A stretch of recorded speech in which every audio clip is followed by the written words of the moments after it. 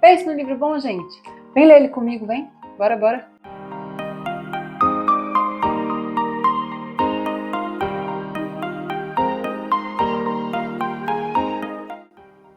Olá, olá! Seja bem-vindo de volta. Eu sou a Bárbara Caena, planejadora financeira, mas você pode me chamar de Babi. E hoje a gente vai dar uma olhadinha nesse livro aqui juntos, um clássico dos mundos da finança, hein? Vamos lá! O que a gente aprende com Morgan Housel, pessoal? Esse aqui não vai ser um vídeo capítulo a capítulo muito denso, isso aqui não é a faculdade, mas nós vamos falar sobre os melhores aprendizados, pelo menos as minhas partes favoritas sobre esse livro, que é para te incentivar a ler ele também. Bora lá! Uma das coisas mais legais que tem aqui é um conceito que eu gosto muito, que é a diferença entre o razoável e o racional. O que ele quer dizer com isso? Nem sempre a gente tem que buscar ser o mais racional possível. Até porque, meu povo, pensa aí no seu companheiro, na sua família, nos seus melhores amigos. Esse povo é 100% racional? Acho que não, né? Nós não somos, gente. Seres humanos não somos 100% racionais. Então, às vezes, o que a gente tem que se perguntar na hora de tomar uma decisão financeira importante não é se ela é totalmente racional, mas sim se ela é razoável. Quer ver? Eu vou pegar um tema que eu já trabalhei aqui nesse canal com vocês, o uso do cartão de crédito. Matematicamente, se eu vou fazer uma compra que não tem desconto para pagamento à vista, faz mais sentido eu parcelar, porque se eu investir esse dinheiro e aí eu for pagando as parcelas, eu vou no final ter um pouquinho mais de dinheiro do que se eu simplesmente pagasse à vista sem desconto nenhum. Agora me diz, isso é 100% racional? Sim, mas será que dentro do nosso comportamento e das nossas emoções é o mais razoável? Será que eu não vou ter um monte de parcelas se encontrando aí no meio do caminho? Né? Será que eu não vou me incomodar com aquele monte de pendência? Será que isso não vai me desorganizar financeiramente ou vai ser um empecilho ali para eu conseguir ter clareza das minhas finanças? Eu acho que sim. Então, se eu te pergunto, pagar as coisas no débito é razoável? É razoável. E aí, cara, isso eu acho que é a coisa mais legal que eu peguei desse livro, sabe? É uma coisa que eu uso muito comigo. É razoável? É razoável. Então é por aí que eu vou. A gente não precisa tentar encontrar uma racionalidade que não existe dentro da gente. A gente pode ser razoável, tomar decisões razoáveis, contanto que essas decisões nos ajudem a nos manter sãos por mais tempo e nos manter também no jogo do mercado financeiro. Já fazendo a ponte aí para outro conceito. O Housel fala muito sobre os efeitos dos juros compostos, né? E sobre como a gente tem que deixar o tempo fazer o trabalho dele. Quanto mais tempo eu deixo meu dinheiro investido, maior esse bolo cresce. O que muita gente não percebe é que às vezes até os bilionários mais famosos, em alguns casos, só conseguiram uma boa parte da sua fortuna depois de muitos anos, porque os juros compostos estavam fazendo um trabalho excepcional ali desde muito tempo atrás. Então, quando a gente toma decisões razoáveis, ou seja, decisões que nos deixam confortáveis, a gente garante que a gente fica no jogo mais tempo. Quando a gente não faz coisas totalmente arriscadas, quando a gente não abre mão de ter uma reserva de emergência. Olha a ponte aí para outro assunto. O Housel, ele não usa exatamente o termo reserva de emergência, mas ele nos lembra que a gente não precisa ter um objetivo específico para guardar dinheiro. Eu não preciso investir só quando eu quero comprar uma casa, ou comprar um carro, ou me aposentar com X de renda daqui a determinado tempo. A gente precisa guardar dinheiro e investir também sem objetivo nenhum, sem saber para que esse dinheiro vai ser usado, porque as coisas acontecem fora do nosso controle. São as famosas emergências. A gente pode ficar doente, a gente pode bater o carro, e é importante ter um dinheiro ali à mão para nos ajudar nesse momento. Housel nos lembra disso. Falando em ter dinheiro à mão, vamos abordar outro conceito? O conceito de fortuna e riqueza. Qual é a diferença entre esses dois? O Housel conta uma historinha aqui que ele chama de paradoxo do carro. O carro de luxo. Ele diz que ele já foi manobrista e que às vezes ele tinha a oportunidade de entrar nos carrões assim, bem bons, sabe? Bem super caros, e aí ele achava aquilo o máximo.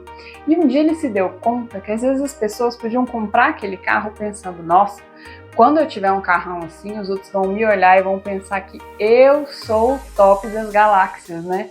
Só que, na verdade, quando ele via essa pessoa chegando nesse carro, ele não olhava para a pessoa, ele nem via quem era o motorista, ele não estava nem aí. Ele olhava para o carro e pensava como ele ia ser muito fodão se ele tivesse aquele carro. Então a gente tende a superestimar a nossa importância e achar que os outros vão nos valorizar mais porque nós temos o bem A ou o bem B. E, na verdade, não é assim, né? A gente tem que comprar as coisas que são importantes pra gente, não pros outros. E esse é o conceito de riqueza que ele traz. Quando a gente vê uma coisa, uma bolsa de luxo, um carro muito caro, uma mansãozona enorme, a gente está vendo a riqueza das pessoas, mas a gente não está vendo a fortuna. E uma coisa não está necessariamente ligada à outra. Muitas vezes, essa pessoa que tem um Porsche na garagem, ela pode de fato ser muito rica e ela pode ter fortuna. E aquele carro nem foi lá grandes coisas para ela. Mas acontece com muito mais frequência casos em que a pessoa tem bens caríssimos para os quais ela teve que fazer dívida para conseguir. Ou às vezes não fez dívida, mas usou todo o dinheiro ou grande parte do dinheiro que ela tem naquilo. Então ela tem riqueza, mas não tem fortuna, não tem patrimônio acumulado. E às vezes acontece também da gente ter umas pessoinhas de chinelo de dedo no supermercado com uma conta bancária, ó, saindo dinheiro pelo ladrão. Já viu gente assim? Geralmente a gente não reconhece essas pessoas, né? Porque a fortuna a gente não vê. Então, o que o Morgan nos fala aqui é que a gente foque na fortuna e não na riqueza. Porque a fortuna é o dinheiro no banco que muitas vezes nos dá liberdade. Mais um tema de capítulo do livro. Liberdade, a possibilidade da gente poder escolher o que a gente vai fazer, quando a gente vai fazer e por quanto tempo a gente vai fazer. Morgan diz que esse é o maior dividendo que o dinheiro pode pagar e eu concordo 100% com ele. O dinheiro acumulado na nossa conta, ele não é importante por si só, sozinho. Por que eu quero um número na minha conta bancária? O que a gente precisa mesmo é aprender a usar esse dinheiro para alcançar o que tem importância de verdade. Tempo de qualidade com as pessoas que a gente ama, uma vida confortável, prazerosa com essas pessoas que a gente ama, poder fazer as viagens que a gente quer, poder optar pelos trabalhos que nos interessam mais, poder escolher fazer uma coisa que talvez não me pague tão bem, mas que eu amo fazer. Esse é o maior valor do dinheiro, liberdade, segurança, né? Poder, no momento de emergência, sair daquela situação da melhor forma possível.